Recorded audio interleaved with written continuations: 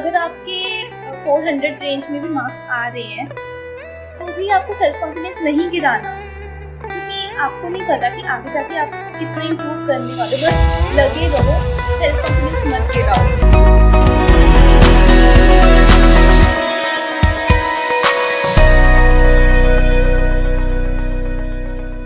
Hello Neteros, how are you all? As you all know, recently we have got our NEET 2022 result and Neteros have performed exceptionally well in NEET 2022.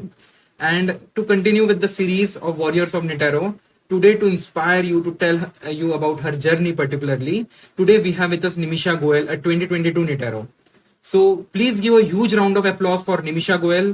Hello Nimisha, how are you? Thank you sir. Thank sir. How are you? थोड़ा excitement दिखाओ, इतना अच्छा score Fine, किया है sir. आपने। Good. Perfect. तो निमिषा ने 2022 में नीट 2022 का अभी हाल ही में रिजल्ट आया है, उसमें निमिषा 2022 नीटरो ने 603 स्कोर किया है in her very first attempt. So that's a huge proud moment for complete team Netero. Very very congratulations Nimisha. Thank you sir. Nimisha को मैं यार 2022 नीटरो बोलूं, ये है ना थोड़ा एम्बिगस स्टेटमेंट है, ये थोड़ा सही स्टेटमेंट नहीं है, क्योंकि मैं निमिषा को 2021 से जानता हूं, जब वो 11th के नवंबर से हमारे साथ जुड़ी थी, हमारे साथ कंप्लीट क्या होता है ना, निमिषा एक ऐसी स्टूडेंट थी जब 11th के जब हमारा टारगेट्स होता है ना, यूजुअली 11th-12th मिक्स होते थे, तो निमिषा उसमें 11th के टारगेट्स को शॉर्टलिस्ट करके सॉल्व करती थी स्टार्टिंग से। भैया मैं उसको ऐसे करूँ क्या, मैं ऐसे करूँ क्या, हमारे डिस्कशन ग्रुप पे पूछती थी भैया मैं 11th के टारगेट्स कंप्लीट कर रही हूँ, इतना मेरा रह रहा है। फिर 12th के टारगेट्स, हमारा सेशंस भी होने से पहले निमिषा हमको फोन करके हमें मैसेज करके बोलती थी कि भैया हमारा कब शुरू हो रहा है 2022 का सेशन, हमें जल्दी से स्टार्ट करना है। सो निमिषा, कैसी रही आपकी पूरी जर्नी नीट की, कैसा नीटेरो का साथ रहा आपका? सर एक्चुअली मैंने नवंबर में ज्वाइन किया था नीट 11 की, तो नवंबर में अभी बस आपने स्टार्ट ही किया था इसका, मतलब अभी स्टार्टिंग थी नीट की, तो अभी शुरू कर दिए थे टारगेट्स करने, मतलब साथ साथ में 11 का जितना मैनेज हो पा रहा था, क्योंकि साथ में 11 भी मैनेज करनी थी जो प्रॉपर चल रही थी क्लासेस, तो थोड़ा थोड़ा मैं कर रही थी साथ साथ में। देन 12th में आपका पूरा फोकस 2021 पर था, तो 12th में इतना ज़्यादा फॉलो नहीं किया, बट हाँ थोड़ा थोड़ा जितना हो पा रहा था उतना। फिर एट द एंड एक्चुअल में नीटेरो को मैंने बाद में, जब मेरे लास्ट मंथ्स थे उसमें फॉलो किया है, तो दैट इज रियली है। परफेक्ट। तो निमिषा, आपको जैसे रिवीजन साइकिल्स के दौरान कि कैसे आपका पॉइंट ऑफ व्यू होता था रिवीजन साइकिल्स में? आपने जैसे बेसिकली पूरी रिवीजन साइकिल्स आपने अच्छे से फॉलो किया था। जैसे फर्स्ट रिवीजन साइकिल थी हमारी, जहां लेवल 1 क्वेश्चंस मिलते थे आपको, फिर एक रिवीजन साइकिल होती थी जहां लेवल 2 क्वेश्चंस मिलते थे। तो आपका क्या पॉइंट ऑफ व्यू होता था, कैसे आप अपने डे को प्लान करते थे रिवीजन साइकिल्स फॉलो करने में, और ये रिवीजन साइकिल्स ने किस तरह से आपकी हेल्प की है इस प्रिपरेशन में? एक्चुअली मेरा ये होता था कि मैंने अपने स्केड्यूल को दो तरह से, डे को 2 पार्ट्स में डिवाइड कर रखा था। एक पार्ट ऐसा होता था कि जहाँ पे मैं अपने वीक टॉपिक्स पर फोकस करती थी, जैसे मेनली पी ब्लॉक हो गया, DED ब्लॉक हो गया, जो मतलब इतने स्ट्रॉन्ग नहीं थे मेरे, तो हाफ डे उसको डिवोटेड होता था, और हाफ डे जो टारगेट मिलता था उसको, बाकी डिपेंड करता था कि टारगेट कितना है। तो मतलब ये नहीं सोचना पड़ता था कि हाँ मैं यहाँ से लैग करूँ कि मैंने आज एक ही टॉपिक की है जिसमें मैं वीक हूँ, बाकी सारा मेरा रह गया। तो टारगेट साथ साथ में चल रहे थे, तो पूरा सिलेबस भी साथ साथ में कवर हो गया था, तो वो उतनी टेंशन नहीं होती थी कि हाँ तेरा सिलेबस रह जाएगा या फिर ऐसा कुछ। अच्छा, परफेक्ट। मतलब इससे आपका एक बहुत वो फील होता था कि कल मुझे क्या करना, उसका टेंशन खत्म हो गया, मुझे पहले से पता है कि मुझे कल टेंशन क्या खत्म। करना है।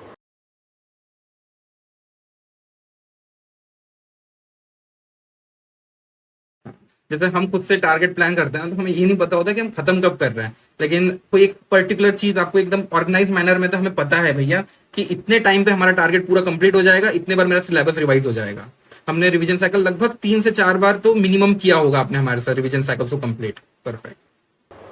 और उसके बाद रिवीजन साइकिल्स में जैसे हमारा निमिषा, हमारा बहुत मेन फोकस हुआ करता था सेल्फ मॉडिफाइड एनसीईआरटीज पे, कि कैसे हम चीजों को सिंप्लीफाई करें। नीट में प्रॉब्लम सबसे बड़ी क्या होती है आपके हिसाब से? सबसे बड़ी प्रॉब्लम क्या हो रही है, बच्चा क्या गलती करता है नीट में? नीट में इधर उधर जाना, एक्स्ट्रा बुक्स फॉलो करना, या फिर एलएन, मतलब जैसे मैं एलएन में एनरोल्ड थी तो एलएन की कोचिंग मॉड्यूल्स करना, स्पेशली बायो में वो मतलब अब समझ आता है कि वो इतने नीडेड नहीं थे। इनफैक्ट अगर आप मतलब 12 से ही फोकस करना शुरू करो तो बायो आपकी काफ़ी अच्छी हो जाएगी एंड तक, अगर एनसीईआरटी पर ही फोकस करो तो। लेकिन ज़्यादातर ये रहता है कि टेस्ट में स्कोर करना है तो बाहर जाना, मतलब एलन का मॉड्यूल फॉलो करना, एक्स्ट्रा करना, तो ये मेनली गलती हो जाती है। फिर फिजिक्स में एक्स्ट्रा करना, फोमो क्रिएट हो जाता है कि नहीं एचसीवी नहीं की तो होगा नहीं कुछ, या फिर ऐसा कुछ। तो मेनली ये है कि एक बुक करो, अच्छे लेवल की करो, नॉट दैट कि एचसीवी के लेवल की या जेई एडवांस के लेवल की। JEE mains is okay, but JEE advance तक मत जाओ, लेवल में रहो और उसको ही बार बार रिपीट करो, यही बेटर है। तो इसी कंसेप्ट में नेटरो में आपकी कैसे हेल्प किया? सेल्फ मॉडिफाइड एनसीईआरटी हो गए, हमारे फिजिक्स केमिस्ट्री के नोट्स हो गए, इसमें आपको पर्टिकुलर कैसे डायरेक्शन दी? जी मैंने नीटेरो की सेल्फ मॉडिफाइड एनसीईआरटी बहुत ज़्यादा यूज़ की है। मेरा ये रहता था कि सेल्फ मॉडिफाइड एनसीईआरटी फोमो नहीं क्रिएट करती थी कि तुम अकेली एनसीईआरटी ही फॉलो कर रहे हो। ये होता था कि एक्स्ट्रा पॉइंट्स हैं जो प्रीवियस ईयर क्वेश्चंस भी आ चुके हैं, वो भी कवर्ड थे सेल्फ मॉडिफाइड एनसीईआरटी में। तो मेरा ये रहता कि एक बार एनसीईआरटी की रीडिंग ली अपनी, देन सेल्फ मॉडिफाइड एनसीईआरटी उठाई और जो पॉइंट्स हाईलाइटेड होते थे या फिर एक्स्ट्रा लिखे होते थे, मतलब मुझे सेल्फ मॉडिफाइड एनसीईआरटी में काफ़ी सारी अपनी एनसीईआरटी में मिस्टेक्स पता चली कि जैसे क्वेश्चंस होते थे इस क्लास में करवा देते थे तो कई बार उनमें भी मिस्टेक्स हो जाती थी। पर सेल्फ मॉडिफाइड एनसीईआरटी काफ़ी ज़्यादा रिलायबल रही है मेरे लिए। तो अपनी सेल्फ मॉडिफाइड एनसीईआरटी से देख कर ही मैंने अपनी एनसीईआरटी मॉडिफाई कर ली थी। तो एट द एंड वो काफ़ी ज़्यादा हेल्पफुल रहा था, क्योंकि मेरे पास बस अभी 2 टेक्स्ट बुक्स थी बायो की जो मैंने बार बार रीड करनी थी। मेरे पास ये नहीं था कि नोट्स रीड करने हैं, एक्स्ट्रा पॉइंट्स में छूट रहे हैं, मेरे एक्स्ट्रा पॉइंट्स भी सारे उसमें कवर्ड थे। परफेक्ट। तो सेल्फ मॉडिफाइड एनसीईआरटी ने सबसे बेसिकली निमिषा की इस तरह हेल्प की है कि वहां पे कितना बाहर जाना है और कितना अंदर रहना है, ये ऑलरेडी मेंशन था कि हमें ज्यादा बाहर भी कूदना नहीं था और ज्यादा अंदर भी नहीं रहना था। तो जितना एक पर्टिकुलर लेवल हुआ करता था जो आपको एक्स्ट्रा जाना है वो ऑलरेडी आपको मेंशन था। तो वहां पे क्या होता था, निमिषा आपको जैसे हेल्प मिलती होगी कि साइड में हर चीज मेंशन थी, ऑलरेडी हाईलाइटेड था, आप वही चीज अपने खुद के एनसीईआरटी में ले रहे थे। तो सबसे इंपॉर्टेंट बात यहाँ है, जब सेल्फ मॉडिफाइड एनसीईआरटी को यूज करती थी निमिषा, तो खुद की एनसीईआरटी को मॉडिफाई करती थी कि खुद की एनसीईआरटी पढ़ती थी और वहां पे सेल्फ मॉडिफाइड एनसीईआरटी का रेफरेंस लेके खुद की मॉडिफाई करती थी एनसीईआरटी। तो निटेरो की एनसीईआरटी पे ही बस रिलायबल नहीं रही, खुद की एनसीईआरटी को मॉडिफाई किया जिससे हर चीज याद हो उससे। Isn't it Nimisha? ये बहुत इंपॉर्टेंट बात है हमें बताने के लिए, इस पे फोकस करना। यस भैया। परफेक्ट। मुझे इससे एक चीज और याद आ रही है निमिषा, आप जितना बता रहे हो ध्यान से, एक बार हुआ था आपने पूछा था कि सल्फर के बारे में पूछा था कि लीस्ट मोबिलाइज्ड एलिमेंट कौन सा है। दो, क्योंकि चैप्टर में 2 चीजें लिखी थी, सल्फर एंड कैल्शियम। आप Yes, कंफ्यूज हो sir. गए, आप पूछे कि क्या करें। अब फिर मैंने आपको तब Question- चिल्लाया था कि हम बेटा सही से पढ़ नहीं रहे हो एनसीआर सेल्फ मॉडिफाइड एनसीईआरटी को। वहां पे लिख के रखा है, हमने मेंशन करके रखा है कि क्या कहाँ कंसिडर करना है, इजंट इट? यस सर, ये सब वो था कि ट्रांसपोर्ट वाले चैप्टर में लिखा होता है सल्फर इज इमोबाइल, और मिनरल एंड न्यूट्रिशन वाले में लिखा होता है इज मोबाइल। पता नहीं ऐसा कुछ कंसेप्ट था, शायद मैं एग्जैक्टली सही नहीं हूँ। और इसमें कंफ्यूजन थी कि सल्फर एक्चुअल में इमोबाइल है या फिर मोबाइल है, तो ये क्लियर ही नहीं हो रहा था कहीं पे। बट सेल्फ मॉडिफाइड एनसीईआरटी में क्लियरली मेंशन था वो साइड में, तो बाद में तो लग गया था। तो हमने तब क्या हुआ था, हमने भी जब मैंने पर्टिकुलरली उस जब डाउट का आंसर किया था ना, निमिषा को मैंने चिल्लाया था उसमें कि बेटा आप क्या कर रहे हो, सही से पढ़ो, एक एक लाइन, हर चीज। आपके जो डाउट 90% जो बनते हैं ना वो ऑलरेडी उस चीज में ऑलरेडी मेंशन्ड होते हैं हमें, क्योंकि हम भी उसी फेज से निकले थे। हमें भी पता है कि कहाँ डाउट आना था, हमारे नोट्स में हो गया, ऑर्गेनिक के, फिजिक्स के, एनसीईआरटी में। तो मैंने तब चिल्लाया था। अब यहाँ पे सबसे अच्छी बात क्या थी निमिषा की, हर चीज को ओबे करने वाली बहुत अच्छी उसमें आदत थी। जैसे अब आप किसी ऑनलाइन प्लेटफॉर्म से जुड़े हो, अगर मैं किसी को चिल्ला देता हूँ एक एज अ मेंटर, हक से मैं बता देता हूँ कि बेटा ऐसा मत करो, गलती तुम्हारे लिए नुकसान होगा, तो वो क्या करेगा कि बहुत से बच्चे ऐसे होते हैं कि छोड़ देंगे, नहीं भैया मैं इनसे क्यों करूँ, बहुत लोग बैठे हैं हमें गाइड करने के लिए, मैं इनसे क्यों करूंगा। तो Nimisha was one of that person, one of that particular student की जिसने हर चीज को अबाइडली फॉलो किया है। हमें आज उसका रिजल्ट आपके सामने, कंसिस्टेंटली हर चीज को करती थी स्टार्टिंग से लेकर एंडिंग तक। तो इसका रिजल्ट आज हमारे सामने है। क्यों निमिषा, हमारी डांट का असर हुआ है फिर आप पे? हाँ जी, एक्चुअली एनसीईआरटी पे फोकस करना एंड देन कंसिस्टेंट रहना ग्रुप में, मतलब वो मेन चीज थी, वो मेन मोटिव था कि रिवीजन साइकिल्स में कंसिस्टेंट रहना, फिर टेस्ट देना, या फिर वो जो ऑर्गेनिक की मेगा मैराथन थी वो फॉलो करना। That was very good. Organic की मेगा मैराथन से आपने याद दिलाया, कैसा एक्सपीरियंस रहा आपने ऑर्गेनिक की मेगा मैराथन जब लॉन्च हुआ था, तो आपका कैसा ऑर्गेनिक केमिस्ट्री था, फिर आपने उसको फॉलो करने का पर्टिकुलर रीजन क्या था, थोड़ा एक्सप्लेन कीजिए। एक्चुअली मतलब मेरा फोकस मेरी 12th की ऑर्गेनिक केमिस्ट्री पर था, तो 12th में मेरे कॉन्सेप्ट्स एज सच क्लियर थे, बट जब हमें फुल सिलेबस टेस्ट आने शुरू हो जाते हैं ना, तभी ये होता है कि उन सब चीज़ों को इकट्ठे मैनेज कैसे करें, क्योंकि रिएक्शंस बहुत ज़्यादा होती हैं और आपको रैंडमली कोई भी रिएक्शन दे देते हैं और आपको सॉल्व करना होता है, आइडेंटिफाई करना होता है कि कौन सी रिएक्शन है। तो वो कोऑर्डिनेट नहीं कर पा रही थी वो सारा डाटा में। तो मतलब फिर एकदम से आया कि 15 डेज की नीट एरो की मेगा मैराथन है, तो मुझे ये लगा कि मैं इससे इजीली अपने शॉर्ट नोट्स बना सकती हूँ और इजीली वो सारा रिवाइज कर सकती हूँ, वो भी सिर्फ 15 डेज में, क्योंकि 15 डेज इतने मैटर नहीं करते इतनी बड़ी सब्जेक्ट के लिए, पूरे ऑर्गेनिक के लिए। एंड देन मैंने फॉलो की, तो मेरा ये हो गया था कि मेरे एक्चुअली 3 नोटबुक्स थी, एक 11th की, 2 12th की। तो तीनों नोटबुक्स मेरी मतलब ऑलमोस्ट 9 to 8 पेजेस में आ गई थी पूरी कंप्लीट। तो नेक्स्ट टाइम मुझे ये नहीं होता था कि पूरी नोट्स ही पढ़ने हैं मुझे अभी ऑर्गेनिक को रिवाइज करने के लिए। और ऑर्गेनिक इतनी मेरे लिए इजी हो गई थी कि ऑर्गेनिक में रिवाइज नहीं करती थी पेपर देने से पहले। ये होता था कि पेपर देना है, सपोज पेपर का टाइम है 2 o'clock, तो ऑर्गेनिक उससे 1 hour पहले सिर्फ वो नोट्स पढ़ लिए तो ऑर्गेनिक हो जाती थी इजीली। वो नहीं रहता था कि हाँ मैंने ऑर्गेनिक नहीं की या फिर कुछ भी, मतलब सारा कुछ इंक्लूडेड था नोट्स में। और मेरे लिए ये भी इसलिए भी कन्वीनियंट रहा था ये, क्योंकि मैं भी एलएन से थी। वो नोट्स जो मैंने बनाए थे मेनली रिजेंबल करते थे जो एलएन में करवाते हैं, मतलब ऑलमोस्ट सारे रिएक्शंस, सारा आयु पैक बहुत ज़्यादा अच्छा था उसका। आइसोमेरिज्म, मतलब मेरी हमेशा आइसोमेरिज्म में बहुत ज़्यादा मैं कंफ्यूज रहती थी, स्पेशली वो ऑप्टिकल आइसोमेरिज्म वगैरह। तो वो ऑर्गेनिक की मेगा मैराथन करने के बाद ही मेरा इतना क्लियर हुआ था। तो प्रतीक सर को तो यहाँ पे बहुत बहुत सबसे पहला बहुत थैंक यू। उन्होंने ऑर्गेनिक मैराथन को पूरी 15 डेज में पूरे लेक्चर को कंप्लीट कर दिया था। लाइक जीओसी 1, जीओसी 2, पूरी आपकी आईयूपीएससी पूरा 11 12 पूरा कंसाइज। और उसके बाद आपके जो 3 चैप्टर्स होते थे ना छोटे छोटे, biomolecule, polymer, chemistry in every life, उसमें से मैंने भी एक आपका चैप्टर लिया था, chemistry in every life. Yes sir.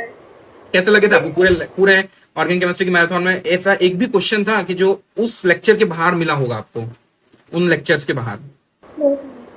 Actually not, कोई भी नहीं था। इनफेक्ट मैं ऑर्गेनिक में फुल है, तो मुझे मतलब बहुत ज़्यादा हेल्पफुल रही है ये मैराथन मेरे लिए। मतलब सारा कुछ ही कवर था। इनफेक्ट एलएन के अगर नोट्स भी कवर्ड, सारी कवर्ड थे, थोड़ी सी बहुत ज़्यादा जो एक्स्ट्रा रिएक्शन चली जाती हैं वो नहीं थी, बट वो एज सच मुझे ही लगता कि नीडेड भी होती हैं, क्योंकि वो पूछ ही नहीं गई कभी भी। बिल्कुल परफेक्ट। बहुत से बच्चों को ये डाउट रहता है हमेशा कि कैसे 15 डेज में इतना बड़ा चैप्टर, जहां पे बड़े बड़े इंस्टीट्यूट 6 महीने 7 महीने में पढ़ाते हैं जिस पर्टिकुलर चैप्टर को, जिस पर्टिकुलर एक सब्जेक्ट को, पूरा ऑर्गेनिक केमिस्ट्री के पोर्शन को, कैसे नेटरों ने उसको 15 डेज में पूरा कंसाइज करके रख दिया था।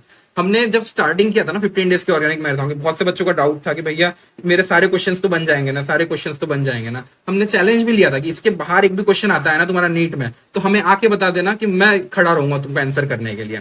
उसके बाद पर्टिकुलर हर चैप्टर के हर डे पे, जैसे 15 डेज में आपको एनपीएस मिलती थी, आप एनपीएस सॉल्व करते थे निमिषा पूरी? Yes sir. हाँ, नीटेरो प्रैक्टिस शीट मिलती थी। क्या आपका कैसा उसके साथ एक्सपीरियंस रहा नीटेरो प्रैक्टिस शीट के साथ?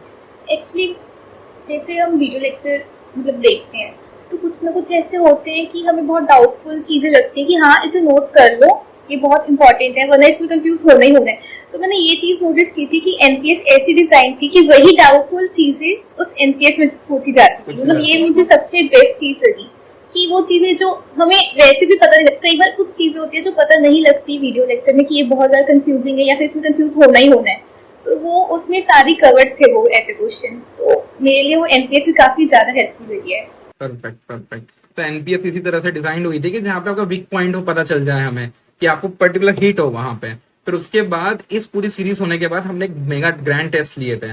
उसमें Nimisha had scored 46 out of that 50 marks. 50 questions में से 46 करेक्ट क्वेश्चंस थे उनके, और she stood in the place of like 5th और 6th rank, isn't it Nimisha? So उससे पता चल गया था आपका कि कितना परफेक्ट हो चुकी थी आपकी ऑर्गेनिक उस पर। तो एक अलग ही कॉन्फिडेंस आ गया होगा उसे ऑर्गेनिक सीरीज के बाद आपकी। तो यस सर, मतलब फुल सिलेबस में से 50 में से 46, और वो भी मतलब मेरी काफी सिली मिस्टेक्स हो गई थी उन 4 क्वेश्चंस में, जितना मुझे याद आ रहा है। तो इट वाज लाइक कि अच्छा है, ऑर्गेनिक में कॉन्फिडेंस आ गया था। एटलीस्ट मुझे ये हो गया था कि ऑर्गेनिक अच्छी तरह से हो गई है, अभी बाकी सब्जेक्ट्स पे फोकस कर दो। परफेक्ट। और निमिषा, जैसे अब आपका पीरियड है, जैसे आप लोगों को मैं बताऊंगा कि आप 2022 में जितने भी फ्रेशर्स, जैसे निमिषा है ना, 603 स्कोर किया है in her very first attempt, in her very first attempt. अब इसका ये मीनिंग था ना, उसको बोर्ड्स के साथ हर चीजों को मैनेज करना था। क्या हुआ था 2020 का जब सबसे लास्ट बोर्ड हुआ था, 2020 का लास्ट बोर्ड में पेपर का पैटर्न एकदम पेपर का लेवल बढ़ चुका था, फिजिक्स हार्ड आने लग गई थी, बायो हार्ड आने लग गई थी। लेकिन फिर 2021 में कोविड की वजह से फिर से चीजें चेंज हो गई, बोर्ड एग्जाम ही कैंसिल हो गए। लेकिन 2022 वालों को एकदम ड्रास्टिक चेंज देखने मिला पैटर्न में। अभी तक तो सबको लगता था पूरा सिलेबस आएगा, फिर इनको बोर्ड्स का टर्म 1 लेना पड़ा, टर्म 2 लेना पड़ा। चीजें काफी पहले होता था कि हम पूरा कोचिंग अटेंड करते थे, पूरा पढ़ते थे और लास्ट के 1-2 महीना फाइट करके बोर्ड दे देते थे, ऐसा माइंडसेट हुआ करता था। लेकिन इस बार माइंडसेट ही चेंज हो गया, प्री बोर्ड्स के लिए भी पढ़ना पड़ रहा था, बोर्ड्स के लिए भी पढ़ना पड़ रहा था, टर्म 1 के लिए भी पढ़ना पड़ रहा था। तो क्या रहा आपका, कैसे आप रिवीजन साइकिल को फॉलो करते करते निमिषा, कैसे आपका बोर्ड्स भी हुआ और आपने बोर्ड्स में भी अच्छा परफॉर्म किया और कैसे नीट की तरफ आगे बढ़े फिर आप? एक्चुअली मैंने कभी बोर्ड्स की तरफ इतना ज़्यादा वो हाइप नहीं क्रिएट कर रखा था। मुझे ये था कि नीट हो गया तो बोर्ड्स तो हो ही जाएंगे। मतलब ये था कि बोर्ड्स में अगर कम भी आ गए तो इट डजेंट मैटर कि अगर नीट में हो गया तो मेरा ये था कि जैसे दिसंबर में हमारे टर्म 1 थे तो मैंने दिसंबर में ही प्रिपरेशन स्टार्ट की थी, क्योंकि वो MCQ टाइप था टर्म 1, तो उसमें इतनी ज़्यादा दिक्कत नहीं आई थी, तो साथ साथ में प्रिपेयर हो गया था। और सेकेंड टर्म 2 के लिए मैंने ये था कि नीट की तो वैसे हमें थ्योरेटिकल तो ज़्यादा पता ही होता है, बट ये होता है कि डेरिवेशंस करनी है या फिर डेफिनेशंस याद करनी है। तो मेरा ये टारगेट रहा था कि टर्म 2 में काफ़ी ज़्यादा हमें गैप मिला था बीच में, जैसे 2 पेपर्स के बीच में काफ़ी ज़्यादा गैप हो जाता था, 7 डेज का या 5 डेज का। तो फर्स्ट 3 डेज नीट और लास्ट 2 डेज में ही मैं अपना ये बोर्ड्स को प्रिपेयर करती थी कि डेरिवेशंस कर ली, डेफिनेशंस कर ली, क्योंकि वैसे तो कॉन्सेप्ट तो क्लियर ही होता है कि अगर आप नीट के लिए प्रिपेयर कर रहे हो तो ये इजी स्मूथली हो गए थे। और मेरे बोर्ड्स में भी 96.4% आ गए थे, मतलब इजी था ये। तो मेन आपका था कि आपने कंसिस्टेंट रहे थे अपने रिवीजन साइकिल्स के साथ, जैसे आपको जो शेड्यूल मिलता था उससे आप कंसिस्टेंट रहे थे और चीजें पढ़ते गए थे, जिससे आपकी ना नीट में चीजें छूटे और ना बोर्ड में आपको अलग से प्रिपेयर करना पड़े। तो ये आपका बहुत बड़ा एक चीज किया आपने, बहुत बढ़िया। अच्छा निमिषा, आपके इसमें सबसे मेन एक चीज मुझे पूछना था, how that particular discussion group of Netero help you in your preparation? Discussion group में आप जब क्वेश्चंस पूछते थे, डाउट पूछते थे, हम आपको आंसर करते थे। एक्चुअली मतलब नीट में जब आप करते हो, लास्ट तक पहुंचते हो, तो कहीं ऐसी इतनी ज़्यादा डाउटफुल चीज़ें राइज हो जाती है कि आपको उसका आंसर इतने मतलब बहुत कंफ्यूजिंग आंसर्स होते हैं, जैसे यही सल्फर वाला कि इमोबिल है या फिर मोबिल है, ये मतलब बहुत बड़ी कंफ्यूजन थी। तो एटेंड नीटेरो के लिए ये था कि ये बहुत ज़्यादा मतलब हम ट्रस्ट कर सकते थे यहाँ पर, तो अगर यहाँ पर ऐसे डाउट्स पूछते तो ईजिली सॉल्व हो जाते थे। और लास्ट मंथ में आई थिंक मैंने डाउट्स भी नीटेरो से ही लिए थे, मेनली जो इतने डाउटफुल होते थे मैंने मेनली नीटेरो से ही कवर किए थे, तो वो काफ़ी कन्वीनियंट रहता था। बहुत बढ़िया। आपने मतलब एक इतने अच्छे एक प्लेटफॉर्म का, जहाँ पे बच्चों को लगता है कि फ्री प्लेटफॉर्म है, कैसे हम इसको यूज करें, तो आपने उस प्लेटफॉर्म में कितना सही से आपने उसका पोटेंशियल यूज किया, जहाँ पे डाउट्स पूछने की जगह जो एकदम हाई लेवल डाउट्स लेके आ जाते हैं बच्चे, सीधा डिमोटिवेट करने के लिए लेके आ जाएंगे, कोई पर्टिकुलर डाउट ये पूछ लेंगे, दिखाते हैं हमारी अदाएं दिखाएंगे। लेकिन निमिषा ने पर्टिकुलर उस प्लेटफॉर्म का सही से यूज किया, जैसे जहाँ पे आपको बहुत से इंस्टीट्यूट डाउट्स, जहाँ पे सबसे बड़ा प्रॉब्लम क्या होता है नीट के एस्पिरेंट्स का, डाउट सॉल्व नहीं होते उनके, तो वही सबसे एक्स्ट्रा ऑर्डिनरी फीचर जो हम देना चाहते थे, जो बच्चों तक हम कन्वे करना चाहते थे, उसका निमिषा ने यूज किया डाउट का फीचर कि एक ट्रस्टेड सोर्स है। हम और ये भी बता देते थे बच्चों को कि निमिषा जैसे कोई डाउट लेके आती थी, कोई एक्स्ट्रा गैवेंट डाउट लेके आती थी जिसका कोई यूज नहीं है, तो हम उसको पहले ही कन्वे करते थे, इस पर ध्यान मत दो, उसको छोड़ दो, नहीं आएगा तुम्हारे काम का। ऐसे भी बहुत से केसेस हुआ करते थे, इजंट इट निमिषा? यस। तो और निमिषा ये बताओ मुझे आप कि आजकल क्या हो रहा है, एक थोड़ा एक ट्रेंड सा बन चुका है कि बच्चे क्या करते हैं, सीधा आज फैंटेसाइज करके टॉपर्स के इंटरव्यू देखने लग जाते हैं, रैंक 1 के, रैंक 2 के, 710 कैसे लाए, 700 प्लस कैसे जाए।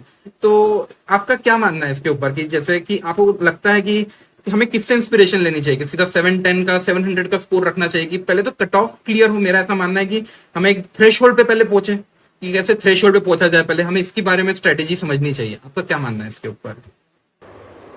मुझे ये कि मिस्टेक्स पर ज़्यादा फोकस करना चाहिए। मुझे ऐसा लगता है कि जो टॉपर्स से बेटर ड्रॉपर्स ज़्यादा अच्छी तरह से गाइड कर सकते हैं, कि क्योंकि ड्रॉपर्स को पता होता है कि उन्होंने गलती कहाँ की है और हमें बता सकते हैं कि वहाँ पे गलती नहीं करनी, तो उसे हम इम्प्रूव करके शायद हम धीरे धीरे पहुँच सकते हैं 710 तक। बट सीधा ही 710 को टारगेट करना है, 720 को टारगेट करना, जब आप 650 तक भी नहीं पहुँचे या फिर 600 तक भी नहीं पहुँचे, तो वो मतलब मुझे इतना कुछ वो लगता नहीं कि उसकी कोई सेंस बनती है।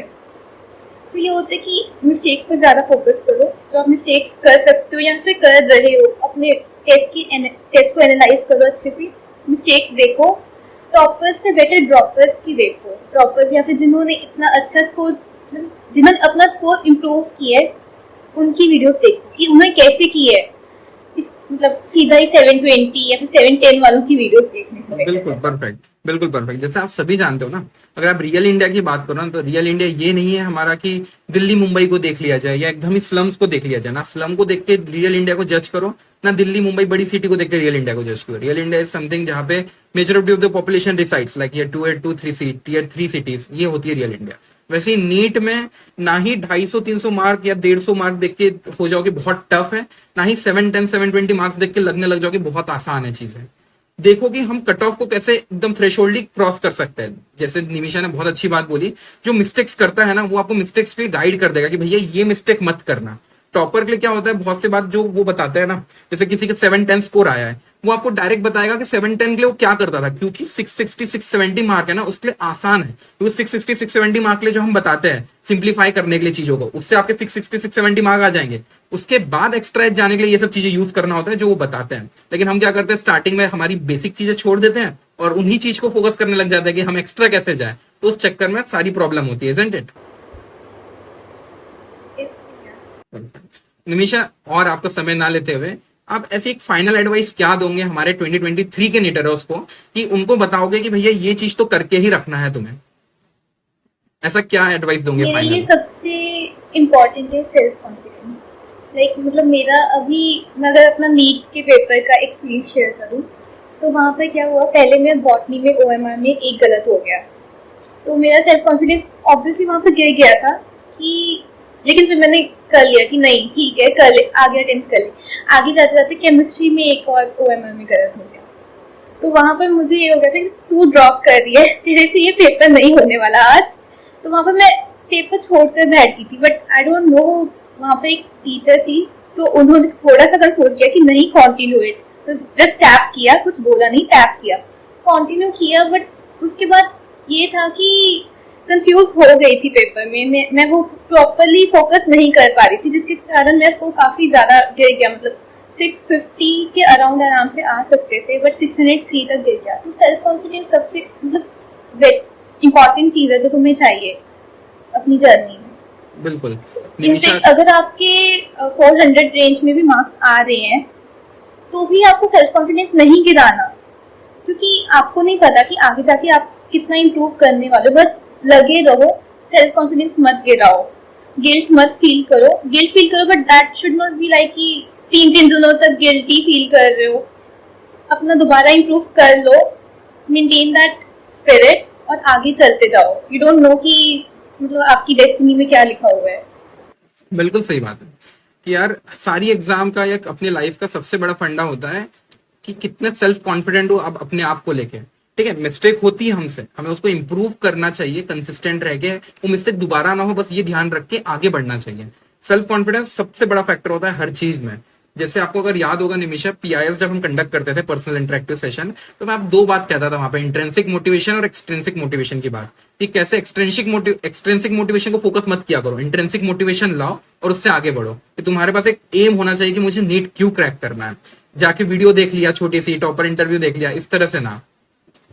तो इसी तरह से अगर आप भी 2023 के लिए प्रिपेयर कर रहे हो और आपको नीटरों की हेल्प चाहिए, तो आपको एक पर्सनल इंटरेक्टिव सेशन का एक फॉर्म मिलेगा आपको डिस्क्रिप्शन में। Do attend that personal interactive session. इसमें आपकी बहुत सारी चीजें क्लियर होगी, जो भी डाउट हो गया आपको क्लियर कट पता चलेगा कि आपको नीटरों का यूज कैसे लेना है। सो निमिषा, बहुत बहुत थैंक यू आपके टाइम के लिए हमारे साथ, और बहुत बहुत फिर से कॉन्ग्रेचुलेशंस, आपने इतना अच्छा स्कोर किया। Thank you sir.